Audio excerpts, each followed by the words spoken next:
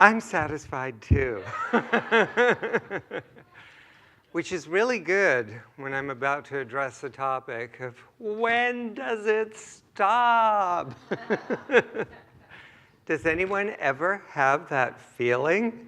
Ever feel like life is just one big to-do list that just keeps growing and growing and growing? Ever wonder, when are we finally going to get to stop? When will it stop? Slow down. Allow us to just catch our breath. Well, I have some good news and some bad news. And I've decided I'm going to give you the bad news first, because then you might stick around for the good news. The bad news about when will it stop is never. Honest, never. But the good news is anytime. And guess who gets to play a key role into which of those two experiences we can have? Any thoughts? It might be us. In this idea that never, if we're looking for the world out there to change, to stop, I'm sorry, it's not going to happen. The world is in a constant state of flux. Nothing ever stays stagnant in the world, even in the most solid objects that we look at.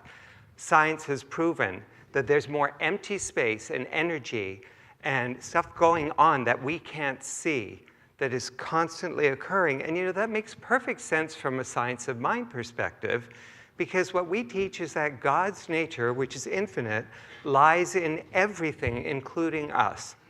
And since that nature is infinite and we are finite, God is always going to be trying to experience and express new dimensions of its goodness, of its joy, of its love, of its beauty, of its creativity, of its abundance. I could go on and on. God is always seeking to express more and more of its nature in expansive ways through us.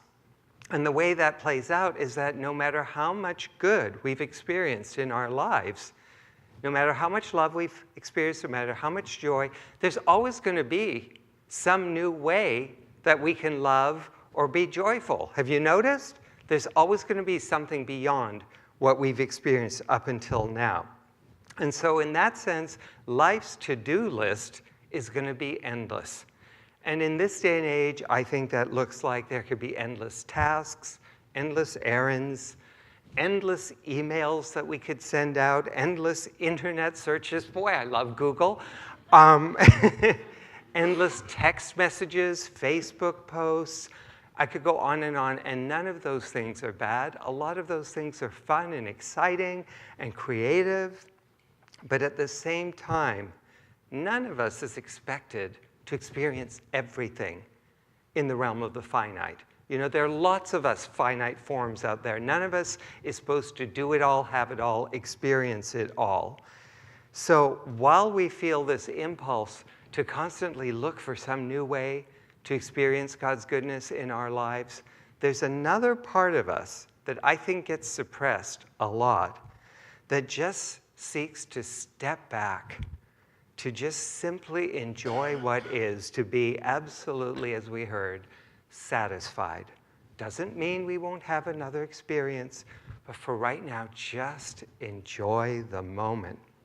And again, who gets to decide whether we're going to be busy or whether we're going to stop for a moment? It's not the world. It won't be the world. It has to be us.